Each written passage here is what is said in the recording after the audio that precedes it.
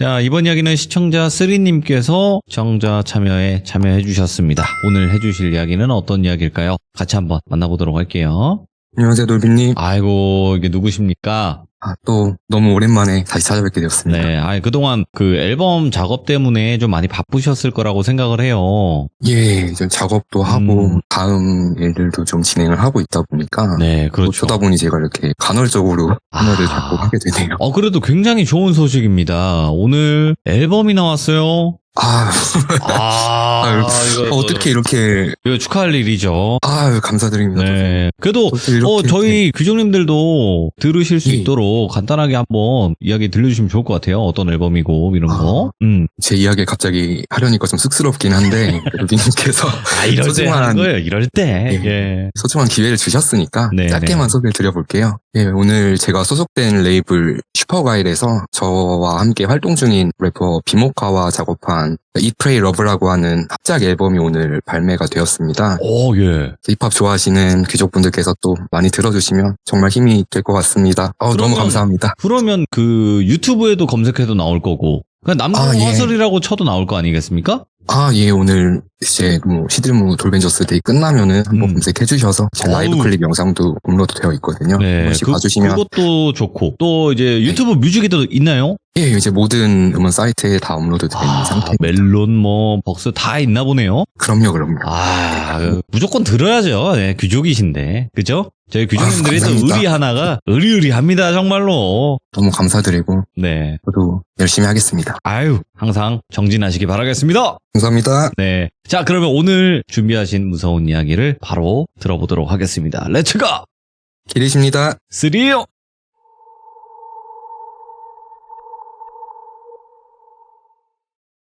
오늘은 저랑 친한 래퍼 친구 한 명이 겪었던 공포실화 이야기를 준비해봤어요.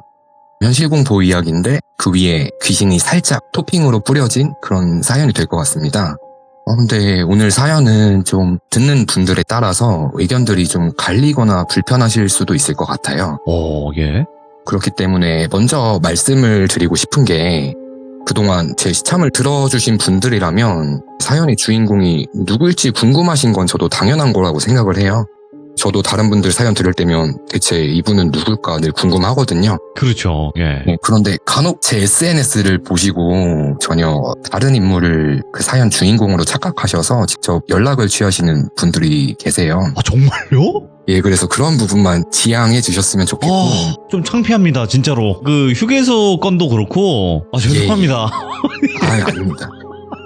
그래서 오늘 사연의 주인공을 지금부터 A라고 지칭할게요. 이 이야기는 2017년도에 있었던 이야기예요. 당시 A랑 제가 친해졌던 계기가 그 쇼미더머니 시즌에 함께 참여하게 되면서 서로 알게 됐거든요. 그래서 이틀 동안 꼬박 같이 촬영하면서 되게 가까운 사이가 됐는데 이 일이 처음 벌어졌던 날을 저도 정확히 기억을 하는 게 A랑 저랑 같이 술을 마셨던 금요일 불금이었어요. 당시에 방송이 종영되고 나서 이제 유명해진 어떤 다른 래퍼의 파티 공연이 홍대 어느 클럽에서 있던 날이에요. 저랑 A랑 이 파티에 같이 초대돼서 놀러 갔었는데 A도 저도 평소에 술자리를 좋아했고 주량도 둘 다 소주로 한 3-4병까지는 마셨기 때문에 자주 함께 술자리를 했었죠. 이날은 파티 시작 시간이 거의 자정에 가깝다 보니까 그 전에 좀 일찍 미리 만나서 소주 한잔 하다가 파티에 가게 됐는데 또 클럽에서 처음 받아보는 VIP 대접을 해주시더라고요. 건물 뒤편으로 입장도 따로 하고 저희 일행만 위해서 테이블도 준비해 주셨어요. 당시에 A랑 저랑 둘 다 어릴 때였고 주머니 사정도 그렇게 좋진 않았는데 테이블에 모에치앙동을 공짜로 한 4-5병 깔아주시는 거예요, 그냥. 저도 이때 샴페인을 제대로 처음 마셔봤거든요. 귀족님들 중에서도 잘 아시겠지만 평소에 소주파이신 분들은 소주를 마시다가 맥주까진 괜찮은데 2차에 막걸리나 샴페인 같은 걸 섞어 드시면 다음날 아시잖아요. 그 새끼손가락도 움직이지 못할 만큼의 역대급 숙취가 펼쳐지게 돼요, 보통은.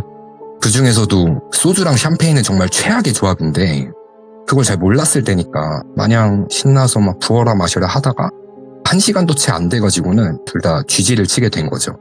저도 필름이 간당간당한 상태가 됐었고 A는 그날따라 완전 만취 상태가 돼서 테이블에 기대 앉아서 졸고 있더라고요. 그래서 거기 계신 매니저분들이 A가 걱정되니까 택시를 호출해 주시면서 이분 집 주소가 어디냐 저한테 물어보셔서 당시 A가 몇 동 몇 도까지인지는 모르지만 땡땡구 어느 아파트에 살고 있는 건 제가 알고 있었어요. 집에 놀러 갔던 적도 있고 그래서 그 택시 기사님께 A네 주소를 말씀드리고 A가 단 택시가 출발하는 걸 보고 저도 집에 와서 바로 기절을 했죠. 다음날 거의 시체처럼 누워만 있다가 오후에 정신이 좀 들어가지고 A한테 어제 잘 들어갔냐? 난 진짜 죽겠다 막 이렇게 연락을 했죠. 그때 이제 A가 저한테 들려줬던 그날 밤부터 얼마 동안 벌어졌던 이야기를 지금부터는 제가 A의 시점에서 말씀을 드려볼게요. A는 당시에 부모님 집에서 엄마 아빠랑 같이 살고 있었어요. 네. 당시 살던 곳이 아파트 동수가 거의 한 15개 동이 넘는 큰 계단지 아파트였고 1, 2호, 3, 4호 이렇게 계단식으로 출입구가 따로 나눠져 있는 1000세대가 넘는 그런 아파트였대요. 이날 밤에 A는 거의 만취 상태였다 보니까 전부 다 기억이 나진 않았고 단편적인 기억의 조각들만 남은 상황이었다고 해요. 예를 들면 클럽에서 옆 테이블 분들과 놀다가 갑자기 제가 본인을 택시에 태워서 문을 확 닫아버렸고 그 다음엔 택시가 멈춘 채로 눈을 떴을 때는 이제 막 기사님이 어디 세워드릴까요? 물어봤던 장면이랑 공동 현관문 비밀번호 누르고 엘리베이터를 탔던 기억? 이런 식으로 드문드문 장면들만 기억이 났대요. 이제 아침에 잠에서 깨서 눈을 딱 떴을 때 숙취 때문에 머리는 깨질 것 같고 갈증 때문에 목은 막 바짝바짝 타고 물은 마시고 싶은데 일어나서 냉장고까지 기억할 힘조차 없었대요. 그래서 눈을 다시 감고 억지로라도 좀 더 자자, 좀만 더 회복되면 그때 일어나자 이렇게 생각을 하는 찰나에 몸의 감각들이 돌아오잖아요. 술은 덜 깼어도 잠에서 깬 거니까 정신도 좀 들었을 거고 그래서 눈만 막 깜빡깜빡 하면서 주위를 둘러봤는데 여기가 우리 집은 집인데 뭔가가 이상했대요. 그래서 A 말로는 자기가 거실 소파에서 소파 등받이 쪽을 보고 이렇게 웅크린 채로 누워 있었대요. 그 상태로 잠에 들었다 깬 거였고 너무 숙취가 심하니까 바로 일어나지 못하고 누워서 머릿속으로만 생각을 했대요. 어제 집에 어떻게 왔지? 취해서 막 이상한 데 연락하진 않았을까? 지금 몇 시지? 이런 걱정들이 들어서 핸드폰부터 확인해 보려고 누워서 막 해롱해롱한 상태로 팔다리로 막 소파를 뒤적여 보니까 여기 발끝에 폰이 있더래요. 그래서 막 발가락으로 꼼지락해서 폰을 딱 끌었다가 확인해 보니까 시간이 아침 10시 정도였대요. 그래서 점심까지도 자도 되겠다 주말이니까 이렇게 생각을 하는 동시에 이렇게 묘하게 낯선 느낌이 들었대요. 폰을 찾으려고 몸을 막 뒤척였잖아요. 그러면서 느껴졌던 촉감이 본인 집 거실 소파는 가죽 재질인데 되게 부드러운 그 패브릭 촉감이 몸을 감싸서 막 간지럽히는 것 같은 느낌이 들어가지고 그때 눈이 번쩍 떠진 거죠. 아이씨 뭐야 하고 보니까 본인이 실 한 오락이 안 걸친 상태로 소파에 누워있던 거예요. 이불도 안 덮고. 그러니까 드는 생각이 이때가 11월이었어요. A는 추위도 많이 타고 아무리 취했어도 살면서 알몸으로 잠을 잤던 적은 없는데 본인 방에 침대 놔두고 소파에서 잠을 잔 적도 없고 분명히 내가 알몸으로 거실에서 잠에 들었으면 강아지가 짖거나 엄마가 보시면 기겁하실 거 아니에요. 부모님들은 보통 아침 6시면 일어나서 거실로 나오셨을 텐데 뭔가 이상하니까 몸을 거실 쪽으로 반대 방향으로 쓱 돌려서 베란다 쪽을 보니까 아침 해가 집 안으로 들어오고 있었고 누운 채로 고개만 위로 딱 긋어서 시선을 대각선의 냉장고 쪽을 향해 보니까 본인 집 냉장고 앞에 처음 보는 어떤 아줌마가 가만히 서서 본인을 빤히 쳐다보고 있었대요. 당시 A가 마주친 그 아줌마의 외관을 묘사해보자면 편히들 집에서 입는 그냥 펑퍼짐한 네이비색 긴팔 티에 네. 회색 추리닝 긴 바지를 입고 있었고 머리도 그냥 머리끈으로 대충 이렇게 쪽머리로 뒤로 묶고 뿔테 안경 쓰고 인중에 점이 한 개 있는 40대 초반 정도의 여자였는데 살면서 처음 보는 여자가 언제부터 저기 서서 나를 빤히 보고 있던 건지도 모르겠고 본인 집 냉장고 옆에 서서 딱 벗고 누워있는 자기를 위에서 아래로 내려다보고 있었다는 거죠. 예. 순간 심장이 멎을 뻔해서 A가 그때 정신이 번쩍 든 거죠. 바로 비둘기 마냥 막 후다닥거리면서 소파에서 일어나가지고 이게 웃을 일은 아닌데 상상해보시면 모양새가 좀 그런 게 예.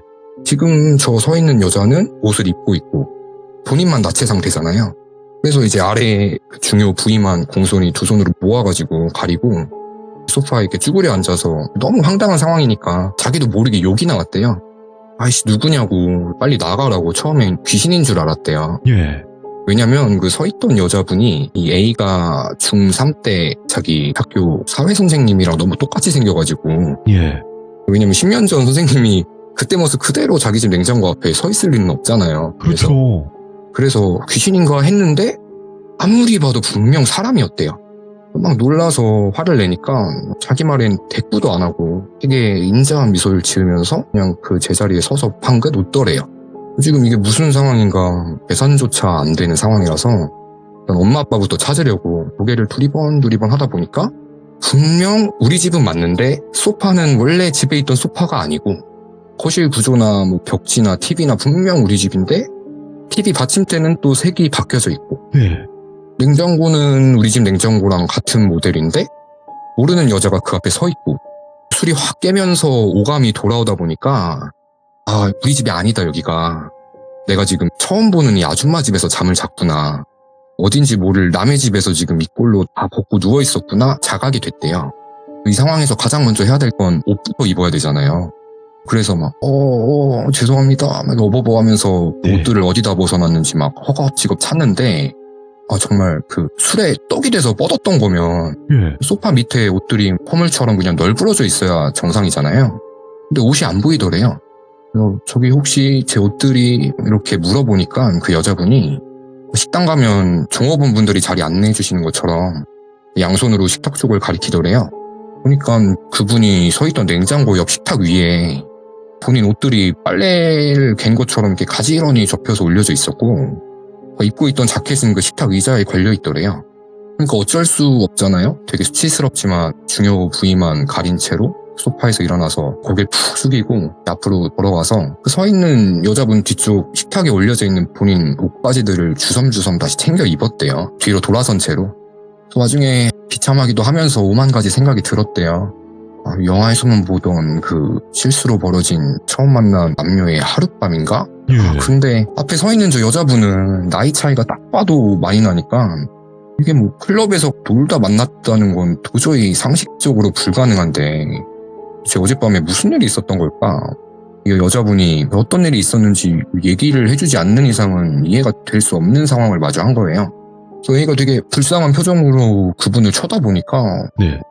무슨 생각을 하시는 거냐고 제가 옷을 벗기기라도 했다는 거예요? 하면서 되게 수줍게 한 손으로 입을 가린 채로 웃더래요. 그래서 막 정말 죄송하다고 제가 어떻게 되게 들어온 건지는 모르겠지만 예. 아무래도 집으로 착각을 해서 실수를 한 것 같다. 정말 너무 죄송합니다 이렇게 이야기를 하니까 그분이 또 입가에 미소가 쓱 사라지시면서 갑자기 정색을 하면서 잠깐 거기 이제 앉아보세요 얘기 좀 하게 퉁명스럽게 말을 하더래요. 네. 그래서 A가 이번엔 옷을 다시 주워 입고 최대한 정중한 정자세로 소파 한쪽에 걸터 앉은 거죠. 제가 이상한 사람이 절대 아니고 부모님이랑 같이 땡땡 아파트에 사는데 택시에 내려서 집을 잘못 찾아 들어온 것 같다. 그러니까 어떻게든 해명부터 해야 되는 상황인 거예요. 왜냐면 비교적 최근이잖아요. 7년 전이면. 말씀드린 상황은 누가 봐도 A가 분명 지금 잘못을 한 상황이거든요. 요즘이면 사람들이 걱정할 만한 충분히 안 좋은 쪽으로 이어져도 이상하지 않을 그런 상황이었던 거고 A가 집을 착각을 했던 이 여자분이 그냥 문을 열어줬던 거라고 해도 어쨌든 간에 남의 집에 들어와서 잠을 잔 건 맞으니까 등에 식은땀이 나더래요. 그래서 정신도 없는 와중에 막 주저리 이야기를 했대요. 제가 여기 어디 아파트 몇 동 몇 호 사는 몇 살 누군데 어제 어디에 있다가 택시를 타고 내려서 집에 들어온 기억이 있는데 아무래도 층을 잘못 찾아온 것 같다. 정말 죄송합니다. 이렇게 이야기를 하면서 간절하게 그 서 있는 여자분을 올려다 봤대요. 왜냐면 갑자기 정색을 하고 계시니까 일이 좀 커지면 되게 곤란해질 것 같은 생각이 든 거죠. 그 여자분이 A가 하는 얘기 이렇게 가만히 듣더니 에휴 이렇게 한숨을 내시면서 아니 젊은 남자가 나 아니었으면 어떻게 하려고 그랬냐고 이 추운 겨울에 오늘 남편이 출장을 가서 집에 없었어서 망정이지 남편 집에 있었으면 이거 진짜 큰일 날 뻔했다. 어제 어떻게 들어온 건지 기억은 나요? 이렇게 좀 이야기를 나누면서 예. 살며시 다시 화가 풀리는 것처럼 친절하게 말을 했대요. 그런데 그 정신이 없던 와중에도 얘기를 하면서 하나 자꾸 거슬리는 게 있었는데 그게 뭐였냐면 그 여자분이 서 있을 때 한 손에 종이컵을 하나 쥐고 있었대요 계속. 그러면서 한마디 하면은 그 종이컵에 걸쭉한 침을 한번 막 이렇게 찍 뱉고, 또 한마디라고 나서 이번에는 막 하면서 그 가래침을 그 종이컵에 또 뱉고, 말을 한마디씩 할 때마다 침을 그렇게 뱉더래요, 그 종이컵에. 그러면서 하는 말이 자기가 남편이랑 애기랑 본인 엄마랑 같이 지금 살고 있는데, 지금 저기 안방에서 엄마랑 갓난아기가 자고 있어서 깨면 안 되니까 내가 그냥 새벽에 문을 열어준 거였다. 아마 우리 엄마가 일어나셔서 지금 이 상황을 보면은 놀라서 기절하실 거라고, 경찰에 신고할 수도 있다고. 그러면서 이렇게 쉿 하면서 손으로 조용히 하라는 제스처를 취하더니 또 그 걸쭉한 침을 종이컵에 뱉더래요. 그래서 아무리 지금 상황이 이렇긴 해도 모르는 사람이 자기 옆에서 막 침을 한 뭉텅이씩 계속 뱉어대는데 고개가 좀 역하더래요. 얘기를 뭐 길게 나눈 건 아니고 짧은 대화를 나누던 와중에 이 여자분이 안방 쪽을 쓱 한번 쳐다보고 그 침을 뱉은 그 종이컵을 식탁 위에 이렇게 딱 올려두고 갑자기 거실 쪽으로 이렇게 뚜벅뚜벅 걸어오더래요. 또 애인은 소파에 계속 부동자세로 불편히 앉아있었고, 걸어오면서 그 여자가 안방 쪽을 계속 주시하면서 이건 가명이에요. 아마도 자기 애기 이름을 부른 것 같아요. 뭐 우리 소영이 자? 엄마 아직 자? 이 두 가지 말을 거실을 막 운동장처럼 빙글빙글 돌면서 계속 반복하더래요. 아니 방금 이 여자분 말로는 안방에 자고 있는 엄마랑 애기가 깨면 큰일 난다고 해놓고 자꾸 그 둘을 부르니까 애기가 이제 초조해진 거죠. 그래서 어쩔 줄 몰라서 되게 반성하는 표정으로 고개를 푹 숙인 채로 눈앞에서는 자꾸 이 아주머니가 거실을 겉돌면서 정신없이 걷고 있으니까 이 여자 왜 저러는 거야 막 짜증도 나서 눈만 그냥 위로 치켜 떠서 그 아주머니를 슬쩍 쳐다봤는데, 애기가 저한테 말하기로는 이때 진짜 살짝 속옷에 오줌을 찔끔 지렸대요. 진짜 지렸다고 했어요. 왜냐면은 그때 그 여자분 표정은 분명 어떤 고민 중인 사람처럼 되게 심각해 보였어요. 심각한 표정을 하고선 막 소영아 자니? 이렇게 계속 애기 이름을 불러대는데, 그때 그 애기가 봤던 모습이 그 여자분 양쪽 눈알이 스핀이 먹힌 당구공이 곡선으로 굴러가는 것처럼 양쪽이 각기 다른 방향으로 쉬지 않고 빠르게 돌아가고 있더래요, 눈동자들이. 그래서 사람 눈알이 이걸 두 눈으로 목격을 하니까 다리에 힘이 다 풀렸는데, 그러더니 갑자기 딱 멈춰서더니 에휴 뭐 언제들 일어나려고 아직도 자고 있는지 모르겠네 이렇게 혼잣말을 하면서 그 양쪽 팔을 본인 등 뒤로 열중시어 자세를 하더니 본인 옷 속으로 손을 집어넣더래요. 그러더니 그 여성분들 속옷 상의 있잖아요. 그걸 딱 풀어서 한 손에 움켜쥐고서는 고개만 왼쪽으로 까딱 하면서 애를 쳐다보면서 약간 기괴하게 자기를 비웃더래요. 손에 이렇게 속옷을 들고 본인을 보면서 웃는 걸 마주친 거죠. 이때는 정말 아무 생각도 안 들고 여기서 도망쳐야겠다 그 생각밖에 안 들어서 죄송합니다 하고 그냥 자켓도 안 입고 손에 움켜쥐고 신발도 제대로 못 신고 주랭랑을 친 거예요. 현관문을 그냥 열어버리고 계단으로 막 두세 칸씩 뛰어서 도망쳐서 내려왔는데, 이때 A가 어떤 기분이 들었냐면 자기는 분명 어제 클럽에서 놀다가 아침에 눈을 떴을 뿐인데 갑자기 너무 비현실적인 상황을 맞이하니까 혹시 내가 죽은 건가? 죽어서 지금 어디 영적인 세계에 갇혀있나? 뭐 이런 허무맹랑한 생각까지 다 들었대요. 현실 감각이 없어진 거죠. 막 도망쳐서 그 건물에서 빠져나와가지고 주변을 360도 이렇게 둘러보니까 낯선 느낌이 들긴 해도 자기가 사는 그 아파트 단지가 맞았더래요. 예를 들어서 이 애인의 부모님 집이 일동이라고 하면 도망쳐 나온 곳은 뭐 저기 저 완전 반대편에 멀리 떨어진 10동 정반대편의 동이었던 거죠. 그래서 방향 감각이 없다 보니까 택시가 아마 그쪽에 내려져서 무의식적으로 집인 줄 알고 그 집에 들어갔던 것 같아요. 우선은 놀란 가슴을 부여잡고 진짜 자기 집으로 돌아와서 부모님은 또 잔소리를 한바탕 하시죠. 어디서 뭐하다 아침에 들어왔냐고. 막 듣는 둥 마는 둥 이렇게 대답도 못하고 자기 방으로 들어간 거예요. 생각 정리부터 하려고 이걸 어떻게 해결하지? 하면서 옷을 갈아입으려고 만세를 하고 밑통을 쓱 벗는데 그 본인 온몸 전체에서 침냄새가 진동을 하더래요. 쇄골 쪽에 약간 멍자국 같은 것도 생겨있고 이러니까 이 A는 이제 더 혼란스러워진 거죠. 혹시 하는 그 불안감이 엄습해 올 수밖에 없잖아요. 물론 본인이 침을 질질 흘리면서 온몸에 침을 흘리면서 잠글 수도 있겠지만 아까 그 여자 모습이 생각이 나니까 일단 너무 역해서 샤워부터 바로 했대요. 아이고 괴다 괴 진짜. 샤워를 싹 다 하고 침대에 누우니까 앞에 벌어졌던 이 현실을 부정하고 싶기도 했고 극복이 안 되는 수치가 남아있었다 보니까 자기도 모르게 잠에 들었고 오후에 늦지막히 다시 일어나서 그때부터 주말 내내 그 벌어진 일의 기억들을 되짚어 보면서 이걸 어떻게 마무리를 해야 될까 고민에 휩싸인 거죠. 그런데 아무리 생각을 해봐도 하면 할수록 이상했던 게 이상한 게 너무 많았다는 거예요. 이건 온전히 A의 입장에서 본인이 했던 생각입니다. 첫째로 택시가 결제된 시간을 확인해보니까 새벽 한 2시쯤이었는데 우선 그 시간에 집에를 들어가려면 1층 공동 현관에서 우리 집 호수랑 비밀번호를 누르거나 아니면 이렇게 호출을 하면 집 안에서 문을 열어줘야 공동 현관에 들어갈 수가 있잖아요. 이 시간대면 사람들이 막 자주 들락거려서 막 문이 열린 김에 그냥 누구랑 같이 들어갈 수 있는 상황도 아니었을 거고 내가 대체 그 집에 어떻게 들어갔을까? 아직도 가장 큰 이 사연의 의문점이거든요. 그리고 매번 A가 뭐 술자리에 자주 하지만 이렇게 거하게 취해도 비밀번호를 누르고 들어가지 새벽에 부모님 다 주무시는데 갑자기 비번을 까먹어서 호출을 해서 깨웠던 적도 없었고 전혀. 그 라인마다 경비실도 다 따로 있었어서 만약에 앞에서 취객이 문을 못 열고 있으면 경비분들이 와서 도움을 주셨겠죠. 그리고 뭐 어찌저찌해서 공동 현관을 들어갔다고 해도 그 집 안에 들어가려면 도어락 비밀번호를 정확히 누르거나 문 앞에서 벨을 눌러서 그 새벽에 자는 사람을 다 깨워서 문을 열어줘야지만 집 안으로 들어갈 수가 있는 거잖아요. 예. 아무리 생각을 해봐도 그때 그 상황들이 이해가 되질 않더래요. 본인 입장에서는. 그리고 혹여나 이 여성분의 말대로라면 되게 상황이 소란스러웠을 텐데 같이 사는 애기나 그 어머니분이나 다 그때 일어나서 이게 뭔 일인가 하셨겠죠. 뒤에서 말씀드리겠지만 예를 들어서 애인의 집이 101동 101호라고 하면 이 여자 집은 110동 101호가 아니었어요. 그러니까 위아래 층도 아니고 아예 전혀 다른 라인의 다른 층수의 집이었고 아까 이분이 했던 이야기들이 낯선 남자가 집에 들어와서 잠을 자니까 무서워서 임기응변으로 했던 대처는 전혀 아닌 것 같다.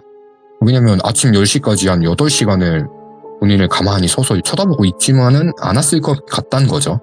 애초에 모르는 사람이 들어오려고 하면은 바로 경찰에 신고부터 하거나 아니면 경비실 호출을 하는 게 보통의 사람들의 생각하는 대처법이잖아요. 이것도 너무 이상했고 생각이 꼬리에 꼬리를 물다 보니까 모든 게 의심스러워졌대요.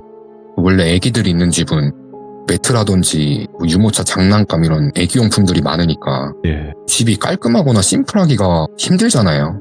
근데 그 집 구조를 다시 떠올려 보니까 거실이 너무 휑했단 거예요.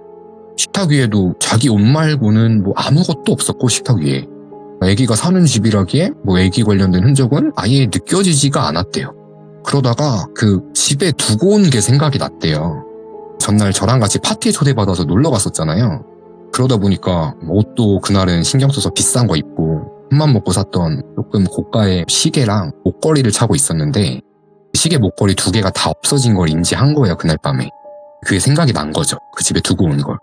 그래서 이게 그냥 똥 밟았다 생각하고 길에서 흘렸다 생각하고 넘기기에는 꽤나 상당한 금액이었어요. 그래서 그 집에 두고 온 게 분명한 것 같은데 이걸 어떻게 찾아야 될까. 아까는 막 호다닥 도망쳐 나왔는데 다시 연락이 닿아야만 찾을 수 있는 상황이잖아요. 그래서 막 머리를 쥐어뜯으면서 생각해보니까 다시 그 집에 찾아가긴 가야겠는데 그 여자의 집이 몇 동이었는지는 몸이 집으로 다시 걸어왔으니까 기억을 해도 네. 문제는 몇 호 라인에 몇 층 집인지가 전혀 기억이 나질 않는 거죠. 도망쳐 나오다 보니까. 처음에는 관리사무소에 가서 이 상황 설명을 하고 그 CCTV를 봐서 내가 어느 집에 간 건지를 확인을 해볼까? 왜냐면 그게 제일 정확하고 빠른 해결책이니까. 근데 가만 생각해보니까 제가 다른 집에 들어가서 잠을 자다 도망쳐 나왔습니다. 거기가 어딘지를 좀 알고 싶습니다. 라고 얘기를 해버리면 이제 관리소에서는 당연히 무슨 일이 있었구나 싶어서 혹시 신고라도 들어가면 일이 좀 이상한 방향으로 흘러가서 내가 괜한 어떤 처벌을 받는 건 아닐까? 이런 두려움도 당연히 들었고 또 그 여자분도 이런 게 알려지는 걸 원치 않을 수도 있으니까 왜냐면 이게 호의를 베풀어줬던 걸 수도 있잖아요. 뭐 상황이 어찌됐든. 그래서 어떻게 연락이 닿아야 이 상황을 좀 깔끔하게 수습할 수가 있을까 밤새 고민을 했대요. 그래서 A가 내린 결론이 그 여자분이 살고 있는 동으로 일단 가서 거기를 담당하시는 관리하시는 경비분께 대략적인 상황을 말씀을 드리고 제가 물건을 흘렸는데 어딘지 모르겠다. 여기 몇 동 몇 호 사는 사람인데 이틀 정도만 엘베랑 공동현관 입구에 인쇄물을 부착해도 되겠냐? 이렇게 음료수를 사들고 가서 양해를 구하고 그 아줌마가 사는 라인 입구가 4군데가 있었는데 그 네. 4곳 전부 다 혹시 본인이시면 뭐 연락을 부탁드린다 라고 이제 A가 자기 전화번호랑 같이 적어서 그 인쇄물을 그 동에만 부착을 했대요. 그랬더니 바로 효과가 나타난 게 이 일이 있고 나서 이틀이 지나서 월요일 아침에 전화랑 문자가 한 4통 정도가 왔대요. 이거 저희 집인 것 같은데요? 뭐 이런 연락이 무려 4집에서나 와서 되게 좀 창피하잖아요. 근데 창피함을 무릅쓰고 전화로 최대한 예의를 갖춰서 통화를 해보니까 어떻게 보면 이게 진짜 현실 공포인데 A4의 그 적은 내용이 당사자가 아닌 이상은 약간 그 야릇하게 보일 수도 있었을 거예요. 왜냐면 약간 추상적인 내용을 적었다 보니까 뭐 그날 밤 그 집에 목걸이 시계를 두고 갔습니다. 죄송하게 됐고 너무 소중한 물건이라 찾아주시면 꼭 사례를 드리고 싶습니다. 같은 내용의 인쇄물이었다 보니까 그걸 보고 전화를 주신 분들이 누구였냐면은 약간 의처증 같은 게 있는 전혀 다른 집의 남편분들이었대요. 그래서 막 다짜고짜 그게 너였냐? 이 새끼야? 막 이러면서 전화로 욕부터 먹고 해명을 해야 되기도 했었고 뭐 무슨 일 있었어요? 막 이렇게 그냥 궁금해서 물어보는 뭐 아줌마 뭐 다 그냥 이런 분들의 연락이었대요. 그래서 이거를 포기를 해야 되나. 근데 그냥 이 상태로 매듭을 짓지 않고 시간이 지나가면은 그분이 날 신고해서 경찰이 집에 찾아오진 않을까? 막 이런 별의별 생각도 다 들고 찝찝해서 정식으로 사과를 하고 마무리를 하고 싶었대요. 예. 그러던 찰나에 이제 화요일쯤에 모르는 번호로 다음날 문자가 한 통 왔는데 확인해보니까 그 핸드폰 기본 이모티콘 중에 찡긋 윙크하면서 입에서 하트를 날리는 기본 이모티콘 하나랑 본인 목걸이랑 시계를 찍은 사진 한 장 이렇게 왔대요. 그래서 진짜 가슴을 쓸어내리고 바로 그 번호로 전화를 건 거죠. 예. 받으니까 그 목소리가 그 여자분이 맞는데 그때랑은 다르게 되게 퉁명스럽게 전화를 받았대요. 다시 한번 고개 숙여서 너무 죄송하다. 제가 찾아뵙고 사과드리고 이렇게 물건도 저 찾아주시려고 연락을 다 주셨으니까 제가 소정의 사례를 드리겠다. 뭐 이런 식으로 간곡히 부탁을 해서 이제 그분 라인 쪽에 아파트 공원 벤치로 바로 간 거예요. 다시 둘이 낮에 만났대요. 만나기 전에 미리 오해를 좀 풀고자 해서 A가 먼저 저는 여기 몇 동 몇 호에 살고 있다 이렇게 이야기를 다시 했고 여자분도 우리 집은 몇 동 몇 호다 이렇게 알려주더래요. 그래서 거기 앞으로 찾아간 거였는데 그 여자가 집에서 나왔거든요. 처음엔 전혀 못 알아봤대요. 주말 포함해서 시간이 3일 정도밖에 안 지났던 때인데 그 사이에 범죄 머리도 탈색을 했고 탈색을 했는데 머릿결이 다 상해가지고 해리포터에 나오는 그 해그리드 같은 헤어 상태였고 집에서 그 잠깐 밑에 내려오는 그 40대 아줌마가 예. 걔는 볼록 튀어나왔는데 이렇게 딱 붙는 검정색 원피스에 겨울이니까 밍크코트 같은 걸 입고서는 입술은 또 막 새빨갛게 립스틱 칠한 채로 하얀 하이힐까지 신고 나오더래요 집에서. 예. 근데 너무 무서웠던 게 처음 봤을 때 이 여자 눈알이 막 제각기 360도로 따로 회전을 하는 걸 봤잖아요 A가. 그래서 그 기괴한 얼굴에 막 그 역한 침 냄새도 막 떠오르고 갑자기 저렇게 귀신처럼 분장을 하고 자기 앞에 나타나니까 학습 효과가 있다 보니까 막 두 다리가 덜덜덜 떨리더래요. 그러니까 이게 이 여자분은 엄청 꾸민다고 신경을 써서 꾸민 건데 정상이 아닌 사람이 너무 과하게 치장을 하면은 되려 보는 사람들이 무섭잖아요. 조커처럼. 예. 그래서 이런 기괴한 살림새로 본인을 만나러 오니까 사단이 날 것 같아서 무서웠지만 일단 물건도 돌려받고 상황을 마무리를 해야 되니까 꾹 참았대요. 왜냐면 여기 아파트 단지 내였고 낮이니까 뭐 어떤 해를 당할 것 같진 않아서 그래도 어쨌든 본인 잘못이 크니까 A도 준비해간 이야기를 진심을 다해서 전달한 거죠.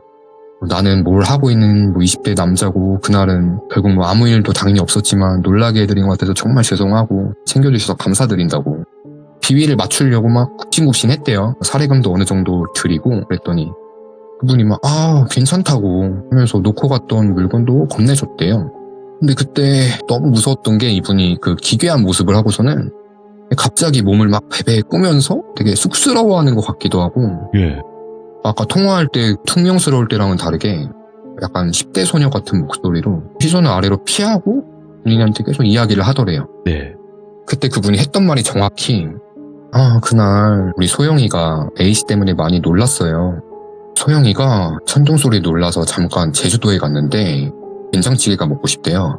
그래서 남편이 어제 메기를 잡으러 북한강을 간 김에 뭐 장미를 꺾으려다 경찰한테 쫓겨서 타이어에 펑크가 나서 뭐 오늘 집에를 못 들어온다네요?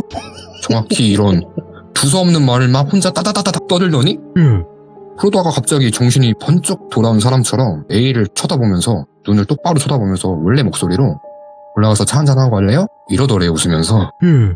당연히 A는 단호하게 거절을 하고 90도 인사를 드리고 이제 바로 뒤돌아서 도망치려는데 아 맞다 저기 A씨 부르더래요.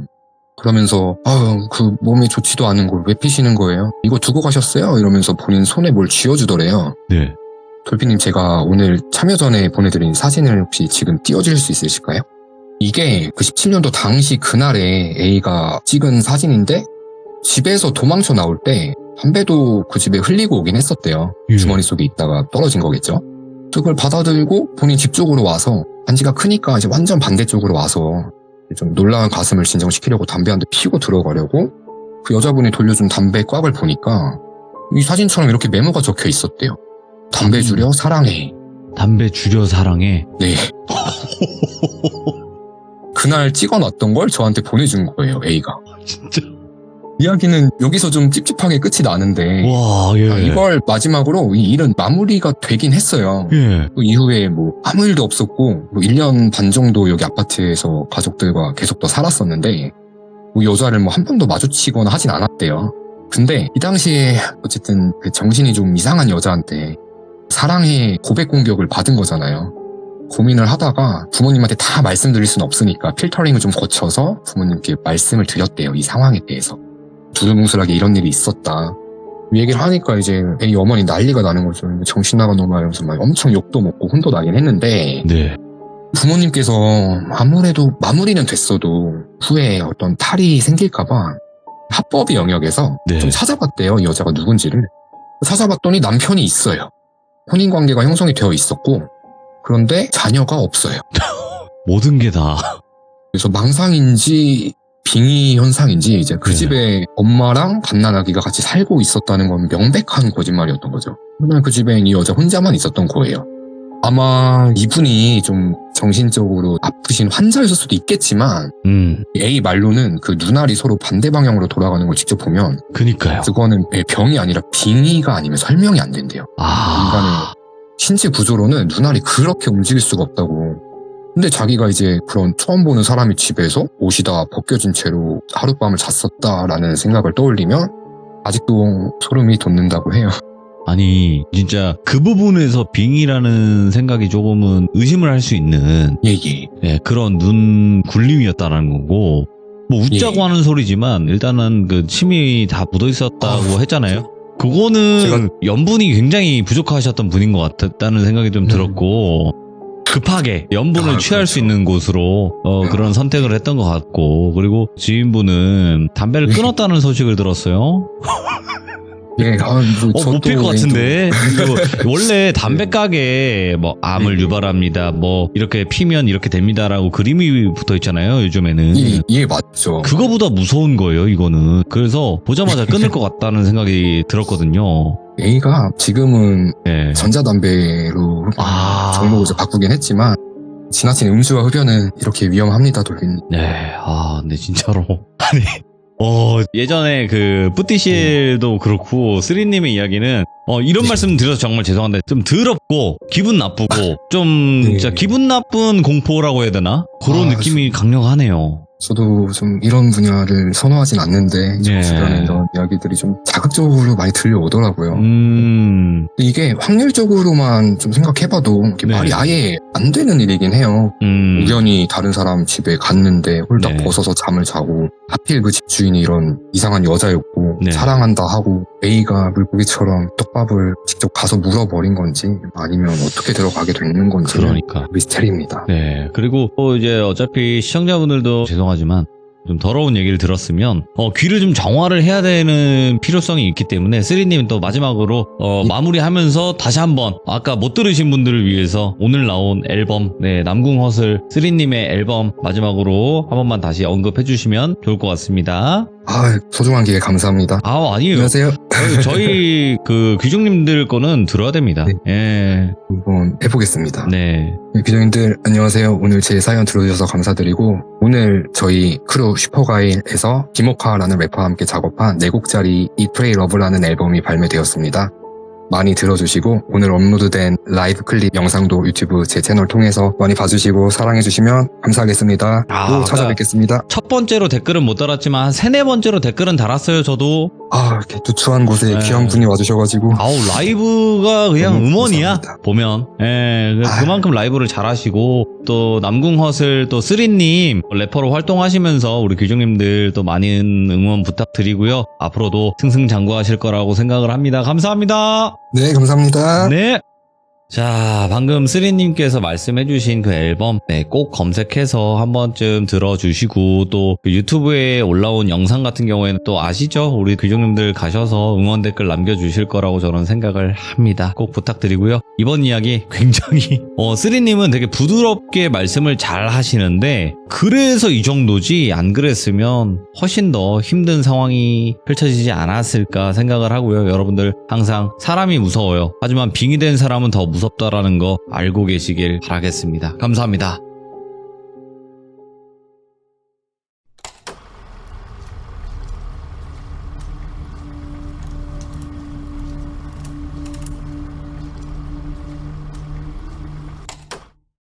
자, 이번 이야기는 쓰리님께서 정말 오랜만에 찾아오셨습니다. 이야기 바로 만나보도록 하겠습니다.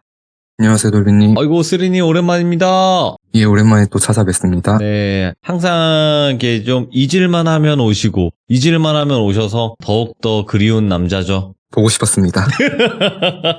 저희 또 시청자분들도 많이 또 보고 싶어 하셨습니다. 네, 기다려주셨으면 좋겠네요. 네. 자, 일단은 오늘 해주실 이야기가 좀 과거로 좀 여행을 가야 될 것 같아요. 예, 오늘은 고민을 좀 해봤어요. 네. 여러 번 시참 참여하면서 제가 겪었던 현실 공포 이야기도 들려드렸었고 귀신 이야기도 있었지만 그렇죠. 대부분 지인들이 겪었던 사연 위주로 전달드렸었잖아요. 맞죠. 그러다 보니까 한 번쯤은 그동안 제가 직접 겪었던 경험들을 모아서 들려드려 보자 생각이 들어서 오늘 사연을 준비해봤고요. 네. 거창한 사연은 아니지만 제가 유년기 때 해외에서 겪었던 사연 하나랑 반복해서 꾸는 꿈에 관련된 단편적인 이야기들을 모아서 들려드려 보겠습니다. 알겠습니다. 그럼 바로 출발을 해보도록 하겠습니다. 렛츠 가! 길이십니다. 3예요!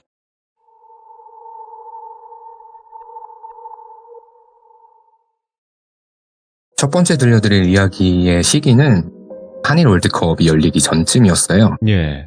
제가 초등학생 시절 때 일인데 당시 제가 캐나다에 있었을 때 2달 정도 홈스테이를 하면서 지내게 됐었거든요. 이 당시 저는 초등학생이었고 해외에 처음 막 나갔던 때라 그 나라의 문화나 영어로 소통하는 데 있어서 전부 서툴렀다 보니까 그 나라 현지인의 집에서 머물고 학교도 다니면서 홈스테이를 하게 됐던 거죠. 여기 집주인과 함께 지내는 동안 벌어졌던 이야기예요. 당시에도 캐나다에는 이민자들이 많았었지만 시기가 한 20년도 더 지난 아주 과거임을 감안하고 보통의 캐나다의 가정집을 상상해 보시면 중산층의 백인 부부나 흑인 부부들의 화목한 가정이 먼저 떠오르잖아요. 그런데 제가 홈스테이를 했던 집주인분은 당시로서는 조금 특이했어요. 인도네시아 출신의 40대 초반 남자분이셨고 이분 와이프는 흑인 여성분이셨는데 다른 지역에서 일을 해서 주말에 가끔 집에 와서 잠깐 하루 정도 머무는 그런 가정집이었거든요. 그래서 제가 이 와이프분은 2달 정도 머무르면서 겨우 한 2번 정도 잠깐 봤던 기억밖에 없어요. 그래서 이 집주인 남자분을 지금부터 테디라고 부를게요. 제가 이 홈스테이를 끝마치고 몇 년 후에 이 테디랑 도플갱어인 사람을 영화에서 보고 왜 테디가 한국 영화에 나오지? 정말 너무 놀라서 신기했던 기억이 나는데 이분이 누구랑 정말 똑같이 생겼냐면 말죽거리 잔혹사에 나오는 버거영 아시나요? 그 버거영님이랑 정말 판박이처럼 똑같이 생기셨거든요. 전 그래서 지금도 버거영님이 어디 출연하시면은 테디 생각이 계속 나요. 잘 살고 계신지. 예. 아무튼 이런 외모의 인도네시아 출신 캐나다 분이셨고 당시에는 몰랐는데 지나고 생각해보면 그 집이 조금 특이했던 게 몇 가지가 있었어요.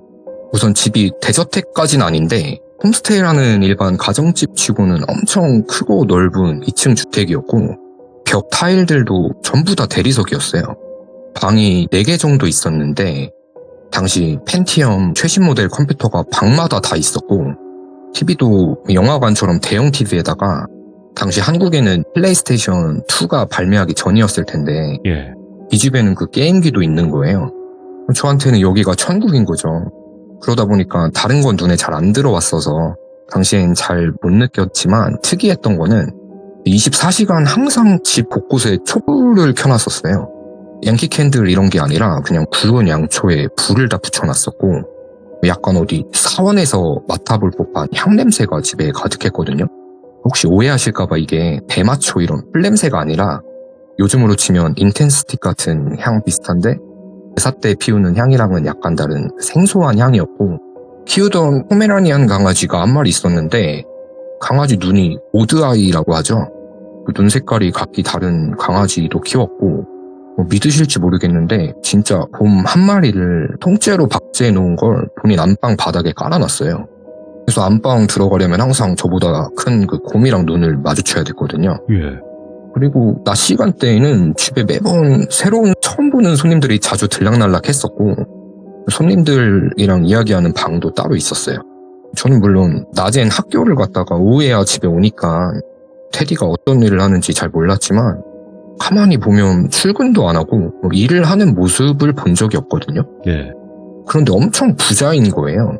금목걸이에 반지에 벨트에 시계에 막 전부 완전 고가의 명품이고 그 2000년 초 당시에 차도 렉서스 SUV를 탔었고 약간 어린 마음에 인도네시아에서 온 재벌이지 않을까 이런 생각을 했었죠.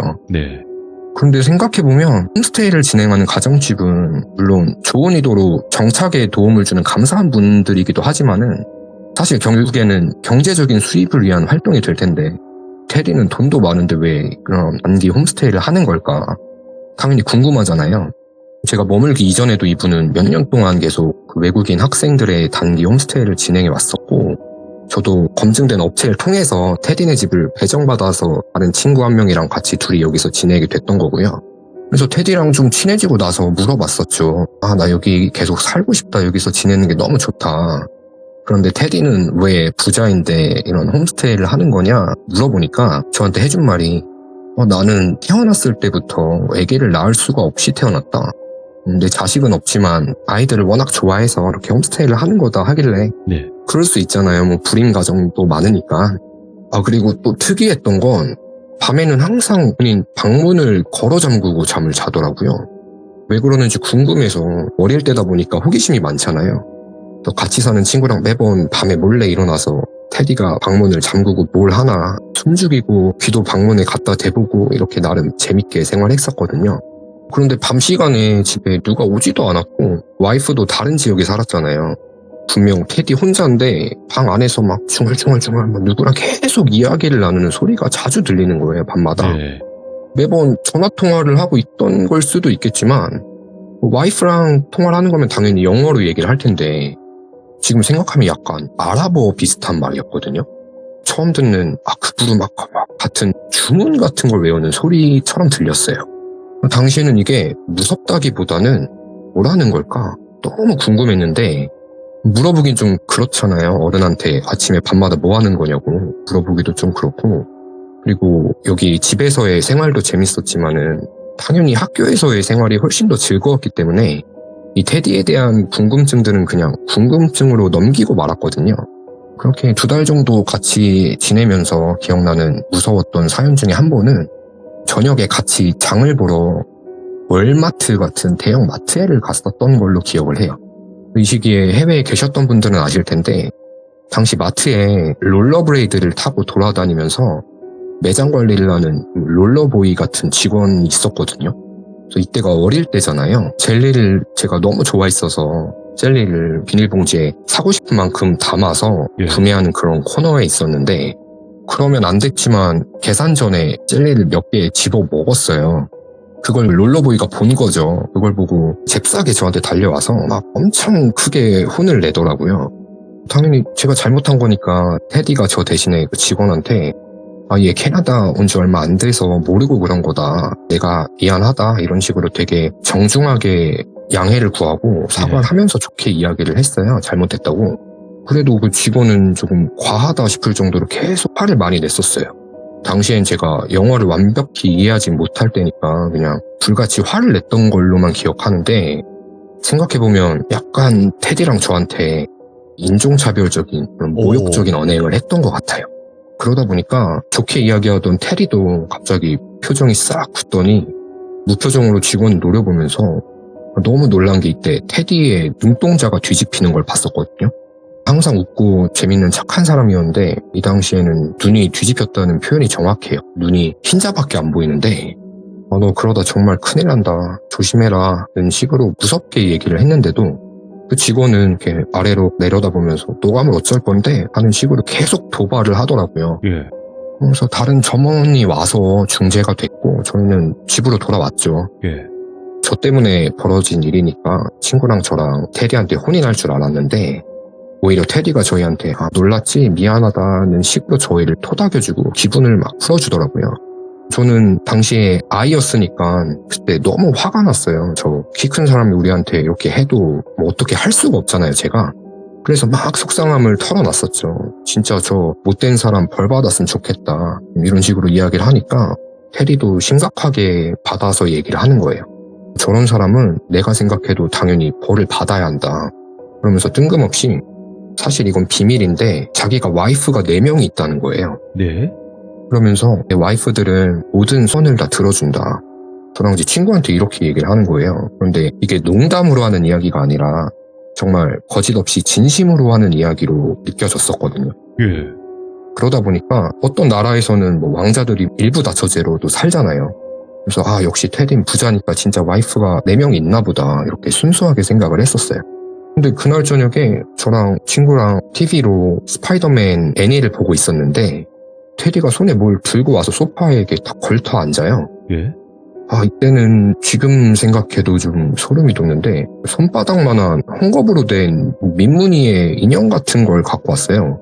눈, 코, 입은 없고 그냥 사람 모양의 형체의 인형이었는데 네.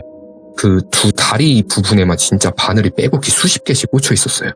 그래서 놀라서 이게 뭐냐 물어보니까 저랑 친구한테 뭐 예를 들어 아까 얘기했던 4명의 와이프를 뭐 A, B, C, D라고 하면은 네. 그 중에 A 와이프가 그 흑인 와이프 분 이름이고 B, C, D는 처음 들어보는 이름들이었는데 그 중에 B 와이프가 아까 있었던 얘기를 듣고 이번에 나를 도와주기로 했다 이러는 거예요. 그러더니 그걸 들고 혼자 어디 좀 다녀오겠다고 나가서 저녁 되게 늦게 돌아왔었거든요. 이날은 살면서 그런 인형을 처음 봤으니까 진짜 좀 섬뜩했어요. 제가 이걸 빼먹을 뻔했네요. 이 집이 좀 특이했던 게 전 처음에 테디가 바늘 공장 사장님인 줄 알았어요. 왜냐면 서랍들을 열어보면은 그 포커 치는 플레잉 카드 있죠. 네. 그 카드를 보관하는 플라스틱 통이 카드 대신에 전부 수백 개의 바늘로 꽉 차 있는 거예요. 예. 짧은 뭐 실 꿰는 바늘부터 진짜 송곳 굵기 바늘들까지 진짜 서랍들을 열면 전부 다 바늘들로 가득했었거든요. 이 일이 있고 나서 한 일주일 후에 테디가 장을 보러 마트를 또 가자는 거예요, 거기를. 그래서 뭐 얼마 전 일도 생각나고 그 사람 또 만나면 어떡하냐 이렇게 걱정돼서 물어보니까 진짜 재밌다는 듯이 웃으면서 아무 걱정하지 말라고, 걔 이제 거기 없을 거라고 단언하듯이 이야기를 하더라고요. 그날 출근을 안 했던 걸 수도 있지만 진짜 이날 이후로는 그 마트를 자주 갔었는데 한 번도 그 직원을 본 적이 없었어요. 시간이 지나서 홈스테이를 마치기 한 2주 정도 남았을 때 학교에서 워터파크에 놀러 갔었거든요. 친구들이랑 그 워터 슬라이드를 타고 신나게 놀고 있었는데 워터 슬라이드를 타는 곳 위에서는 아래에 사람들이 있는 게 다 훤히 보이잖아요. 밑에도 내려오다 부딪히면 사고가 나니까 안전요원들도 다 깔려있고 아무 걱정 없이 제가 슬라이드를 재밌게 타면서 내려왔는데 갑자기 물속에서 그 얼굴을 제가 또렷이 봤어요. 그 옷도 마트 직원복을 그대로 입은 채로 흠뻑 젖어 있었고 그 롤러보이가 확실했는데 롤러보이가 퍽 소리를 이렇게 크게 지르면서 물속에서 튀어나오는 거예요, 순식간에. 그대로 그 미끄럼 내려오면서 걔랑 제가 충돌을 했었는데 너무 놀라서 정신 차리고 보니까 제가 실제로 그 사람을 봤던 건 아니었고 대낮에 수영장에서 헛것을 보고 헛것이랑 부딪힌 줄 알았던 거예요. 되게 신기했던 게 실제로 부딪힌 것도 아닌데 가슴에 숨을 못 쉴 듯한 극심한 고통이 느껴졌어요. 그래서 집에 와서 겪은 일을 테디한테 이야기를 하니까 얼굴이 되게 심각한 표정으로 굳더니 고민을 하더니 뜬금없이 자기가 저한테 미안하다고 했어요. 미안하고 앞으로는 내 와이프들이 널 지켜줄 거다. 이런 말을 하고선 절 소파에 눕혀놓고 약간 나무 막대기 같은 걸로 제 몸 이곳저곳에 막 갖다 대면서 아랍어 같은 말로 또 막 주문 같은 걸 외운 다음에 아픈 부위에 약간 빨간색의 찐득한 밀가루 같은 걸 발라줬던 기억이 나거든요. 물론 이런 조치를 했다고 아픈 게 나아지진 않았고 너무 아파서 며칠 있다가 병원을 가보니까 실제로 누구랑 부딪힌 것도 아닌데 갈비뼈에 실금이 갔었어요. 갈비뼈에 금이 가보신 분들은 아실 텐데 아무리 작은 실금이라도 숨 쉴 때마다 느껴지는 고통은 상상 이상이거든요. 저는 이때 이 일로 인해서 두 번 다시 워터파크나 물가에는 아직까지도 놀러가지 않고 있고 타국에서 아픔을 참다 보니까 어릴 때부터 참을성이 길러져서 지금도 다치거나 몸에 타투 같은 거에도 전혀 아프거나 무섭지가 않아요. 네. 그래서 또 기이한 걸 목격했던 게 제가 테디의 흑인 와이프분을 2번 봤었다고 했잖아요. 예. 하루는 주말에 그 와이프가 왔었는데 친구랑 저랑 호기심이 많을 때니까 오랜만에 부부가 만나면 궁금하잖아요. 초등학생도 알 건 다 아니까. 예.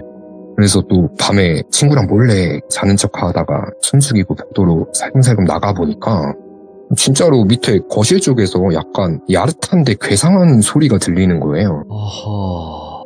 몰래 빼꼼 내려다보니까 정확히 보이진 않았는데 바닥 가운데 앉은 키만한 촛대를 놓고 둘 다 바닥에 무릎을 꿇고 앉아서 둘이 손을 잡고 또 아랍어 같은 주문을 막 같이 외우면서 막 거친 숨을 번갈아 내쉬면서 둘 다 힘들어하는 모습을 저랑 제 친구랑 같이 목격한 적도 있었고 예. 또 한 번은 1층 화장실에 어떤 흑인 아줌마 2명이 웃으면서 어깨동무하고 있는 그 인화된 사진이 떨어져 있어서 그걸 주워보니까 사진 속 2명 중에 한 명 얼굴만 눈, 코, 입이 안 보여요. 바늘로 온통 그 한 명 얼굴만 난도질을 해놓은 거예요, 사진을. 손님이 그 사진을 흘린 건지 테디가 거기다가 흘린 건지는 알 수 없었고 그 이야기를 들려드릴까 고민했던 이유가 솔직히 사연에 살을 덧붙이거나 MSG를 치자면은 얼마든지 그 롤러보이가 알고 보니 저주 때문에 사고로 죽었다더라 아니면 테디가 저주 전문 무당이었다 이렇게 조금 부풀려서 확실한 결말로 마무리할 수도 있겠지만 그러고 싶진 않아서 제가 짧은 기간 동안에 겪었던 일을 사실 그대로만 들려드리다 보니까 결말이 명확하진 않을 거예요. 야, 예. 지금 와서 생각해보면 아마 이 테디는 우리나라로 치면은 살 같은 걸 날리는 저주 전문 무당이 아니었을까 이런 생각도 했고 그 집도 한국으로 치면은 신당 같은 곳이라 그래서 집에 처음 보는 사람들도 막 자주 들락거렸고 부자가 된 게 아니었을까 하는 생각이 들었고 롤러보이가 실제로 어떤 저주에 걸렸는지는 알 수가 없어요. 그렇죠. 그냥 그 마트를 그만둔 것까지가 제가 봤던 상황이었고 그래도 제가 워터파크에서 그 사람 형상의 귀신을 본 거면 분명 뭔 일이 일어나긴 했나 보다 예상을 해봤고 네. 밤에 맨날 문 잠그고 뭘 하던 건지 제 눈으로 저주를 부리는 걸 목격한 적은 없으니까 이것도 궁금증으로만 남았던 이야기였는데 조금 놀라웠던 게 뭐냐면 제가 이 테디를 원래는 이름을 테디 대신에 툭툭이라고 지칭해서 오늘 이 이야기를 들려드리려고 했었거든요. 예. 왜냐면 이때 당시에 사람들이 테디를 이름 대신에 툭툭 막 이렇게 부르는 걸 많이 들었었어요. 그래서 오늘 오랜만에 라방에 다시 참여하니까 아까 저녁 먹고 나서 방송 전에 좀 찾아봤어요. 인도네시아 저주라고 검색을 해보니까 인도네시아에서는 흑마술사를 두쿤 이렇게 부른대요. 두쿤? 네, 두쿤이라고 한대요. 두쿤, 투투, 두쿤 비슷한 거예요, 발음이. 예. 아마 제가 어릴 때였고 그 당시엔 이런 걸 검색해볼 생각도 못했으니까 사람들이 툭툭이라고 부르나 보다 했던 게 아마 분명히 테디를 두쿤이라고 불렀던 것 같아요. 두쿤. 네. 그리고 당시에 테디가 자기 친동생이라고 했던 거의 잘 때 빼고는 늘 집에 같이 있던 삼촌이 또 있었거든요. 주말에 탁구장도 같이 하고 외식도 하고 이런 삼촌이 있었는데 이 삼촌도 테디를 이름 대신에 투쿤이었겠죠. 그렇게 사람들에게 항상 불렀었던 기억이 나고 지금 생각해보면 웃긴 게 친동생이라는 사람은 누가 봐도 아시아계 사람이 아니었어요. 네. 다른 인종의 사람이었는데 자기 친동생이라고 한 걸 순수하게 믿었던 것 같고 아마도 테디의 흑마술을 도와주는 조수, 어시스턴트가 아니었을까? 그리고 말했던 이 4명의 와이프는 아마도 본인이 부리는 어떤 존재들을 와이프들이라고 했던 게 아니었을까 하는 생각이 방금 참여하기 전에 문득 들었습니다. 이야, 이 이야기는 여기까지입니다. 확실히 기괴하긴 하네요. 이거 행동 자체가. 예, 정확하게 결론을 내릴 순 없지만은 생각을 계속 과거를 곱씹을수록 기괴했던 장면들밖에 떠오르지가 않더라고요. 뭔가 인도무당 맞는 것 같기도 하고, 이거는 시청자분들의 또 판단을 맡겨야겠죠. 예, 저도 그쪽 분야는 또 전문 지식이 없다 보니까 네. 아시는 분들께서 많이 알려주시면 저도 재밌을 것 같네요. 네. 그러면 이제 또 어떤 꿈에 관련된 이야기인데 이건 뭘까요? 예, 이번 이야기는 제가 자주 반복해서 꾸는 어떤 꿈과 관련된 이야기고 예. 제목을 한번 정해봤어요. 랜덤박스가 될 것 같아요. 살면서 저는 친구들이랑 같이 재미로 사주나 종 같은 걸 봤던 적이 한 3-4번 정도 되는데 그때 공통적으로 들었던 이야기가 너는 성직자를 해야 된다. 아니면 사주에 귀문관살이 있다. 혹시 집에 무당분이 계시냐? 이런 이야기를 갈 때마다 듣긴 했거든요. 근데 아시겠지만 저는 귀신을 보는 사람도 아니고 그냥 촉이 좋다라는 말만 자주 듣는 정도의 평범한 사람이고 집에도 무속인 분도 안 계시거든요. 제가 이 랜덤박스 이야기를 영화 한 편을 보다가 들려드려야겠다고 생각이 들었는데 영화를 스포 없이 간단히 설명드리면 눈동자 홍채로 지문처럼 사람을 식별하는 내용이고 전생에 겪었던 사고와 관련된 어떤 물건에 대해서 선천적인 공포를 느끼는 환생과 관련된 영화였어요. 그래서 전생에 대한 이야기를 드리려는 건 아니고 시청자분들도 유독 나만이 공포를 느끼는 어떠한 특정한 무언가가 다들 있으실 거예요. 비둘기라든지 바늘이라든지 특정 공포증이 다들 있으실 텐데 아마 대부분은 학습에 의한 어떤 트라우마로 생겨난 후천적인 공포일 거라고 생각하거든요. 근데 저 같은 경우는 태어났을 때부터 아무 이유 없이 아직까지도 보기만 하면 숨도 제대로 안 쉬어질 정도로 정말 공포를 느끼는 게 딱 하나가 있어요. 그게 버드나무예요. 이상하게 특정 이 나무에만 현재도 이유 모를 공포를 느끼고 있고 주기적으로 꿈속에서 정말 안 어울리는 이질적인 공간에 버드나무가 한 그루 딱 덩그러니 심어져 있고 제가 그 공간에서 무언가를 막 찾게 되는 꿈을 꾸게 돼요. 사실 예지몽이라는 게 해석하기 나름이겠지만 저 같은 경우는 이 버드나무가 나오는 꿈을 꾸면 좋거나 안 좋은 일들이 항상 주변에 발생을 해왔어요. 예. 그 중에 몇 가지 사건들을 비교적 최근 위주로만 준비해봤는데 이 꿈은 제가 갓 20살이 되던 겨울에 꿨던 꿈이에요. 이날 꿈에서 제가 어느 건물의 지하 계단을 막 뛰어서 도망치듯 아래로 내려갔는데 네. 습한 냄새가 가득한 지하 주차장이 나오고 그 주차장 한가운데 하얀 리본 같은 파티용품 같은 게 막 주렁주렁 달려있는 버드나무가 한 그루 떡하니 있더라고요. 그 나무 밑에 어떤 큰 빨간색의 선물 박스가 있어서 박스를 열어보니까 하얀 레이스로 된 웨딩 장갑이 들어있는 거예요. 장갑 한 켤레가 이렇게 포개져서 나란히 들어있었는데 장갑 한 짝에 5 손가락 중 어느 한 손가락의 부분이 가위로 싹둑 잘려있더라고요. 당시 꿈에서 깨고 늘 이런 꿈을 꾸면은 이게 또 이번엔 뭘까 걱정도 들고 했었는데 그 당시 제가 짧게 첫 연애를 하다가 이별을 한 상태였어요. 우연히 그 전 여친과 아는 지인들이 참석하는 모임에 가게 됐어요. 이런저런 얘기를 하다가 그 전에 만났던 친구의 안부도 물어보게 됐는데 그 전에 만났던 친구가 최근에 어떤 사고로 인해서 손가락의 손톱 마디 부분을 잃게 됐다라는 걸 듣게 됐어요. 그래서 그 앞에서 뭐라 말하진 못했지만 개인적으로는 정말 마음도 아팠었고 소름이 돋았던 거는 그 10손가락 중에 그 절단된 부위가 꿈에서 웨딩 장갑이 잘려있던 손가락이랑 정확히 일치하더라고요. 예. 이런 경험도 있었고 또 다른 꿈은 군대에 있을 때니까 23살 때였어요. 그날도 꿈에서 어느 논밭에 버드나무 아래에 제가 서 있더라고요. 근데 그 나무 밑에 만두를 찌는 동그란 찜통이 있는 거예요. 나무 상자를 딱 열어보니까 PX에서 파는 냉동만두 있잖아요. 그 만두가 말라 비틀어진 상태로 못 먹는 상태로 있더라고요. 뭐야 개꿈인가 하고 깼어요. 그러고 나서 한 하루 이틀 후였는데 부대 안에 다들 모여서 막 냉동식품도 먹고 탁구도 치는 휴게 공간이 있었어요. 예.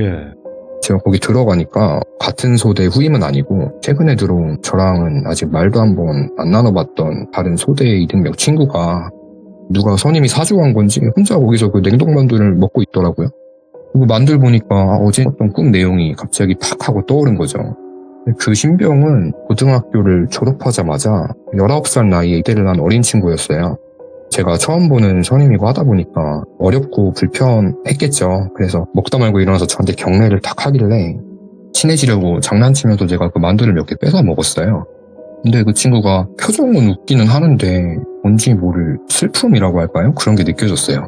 저는 또래들보다 한 2년 정도 늦게 입대를 했다 보니까 어린 나이에 나보다 더 힘들겠구나, 또 보면 앞으로 잘 챙겨줘야겠다 생각을 했는데, 며칠 후에 보급관님이 막 그 신병 봤냐고 급히 찾으시는데 그 친구가 부대 안에서 사라진 거예요.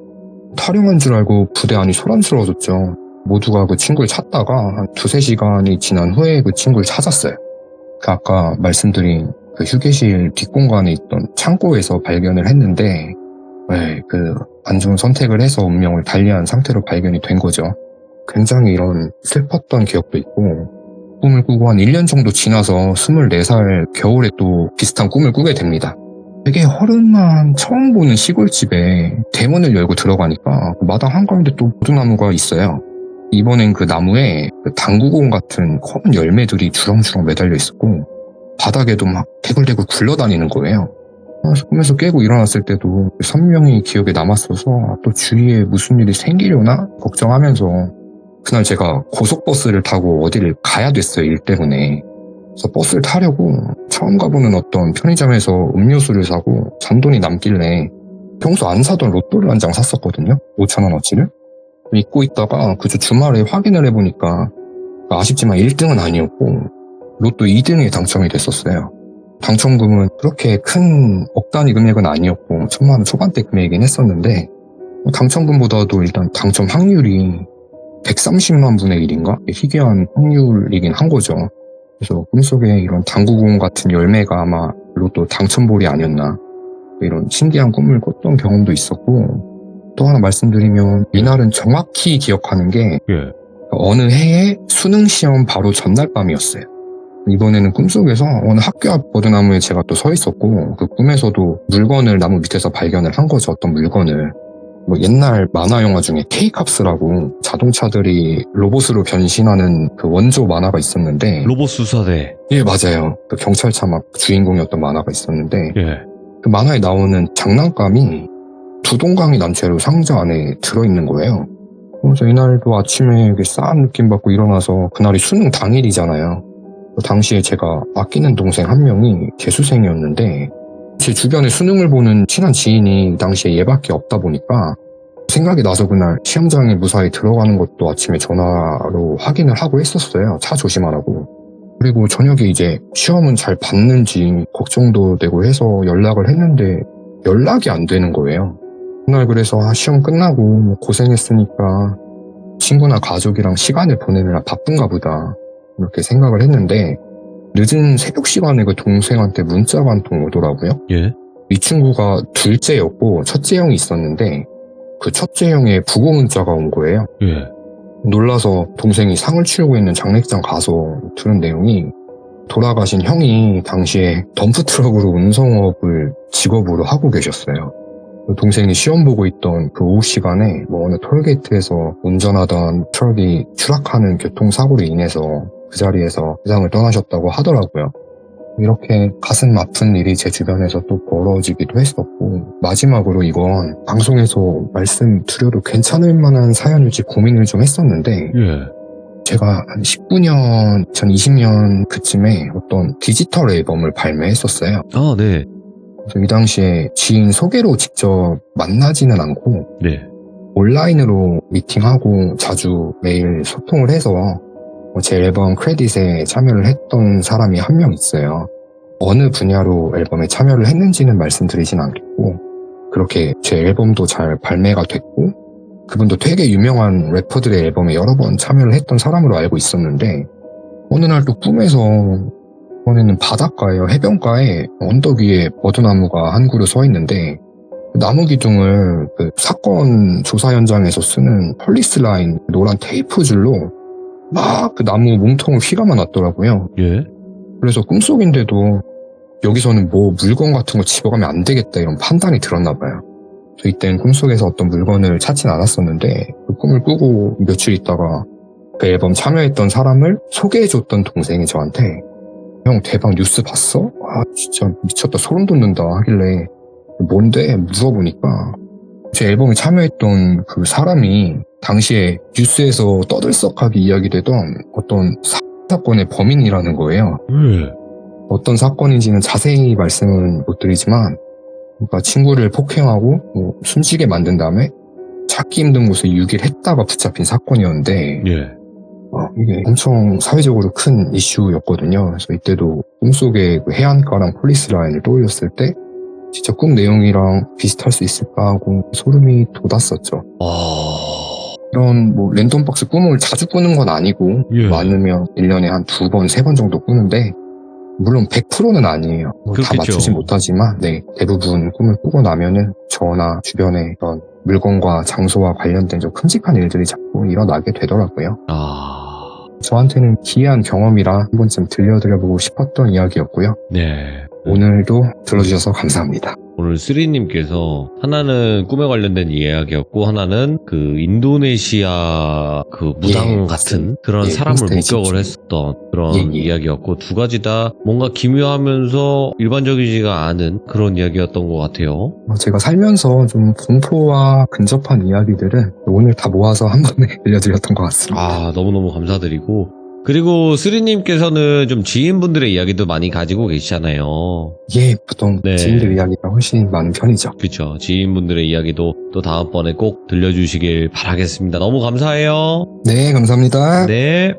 쓰리님께서는 여러분들도 검색을 하시면 나오는 래퍼 활동을 하고 계신 분이고 그렇다 보니까 아무래도 조금 그런 꿈에 대해서 민감한 부분이나 그런 게 있지 않을까 생각을 해요. 그래서 그 꿈에 관련된 이야기들은 참으로 또 기묘했던 부분이 있었고 그리고 그 첫 번째 이야기는 도대체 뭐였을까 정확히 좀 그쪽 분야에서 아시는 분들이 계시면 댓글 꼭 남겨주시길 바라겠습니다. 감사합니다.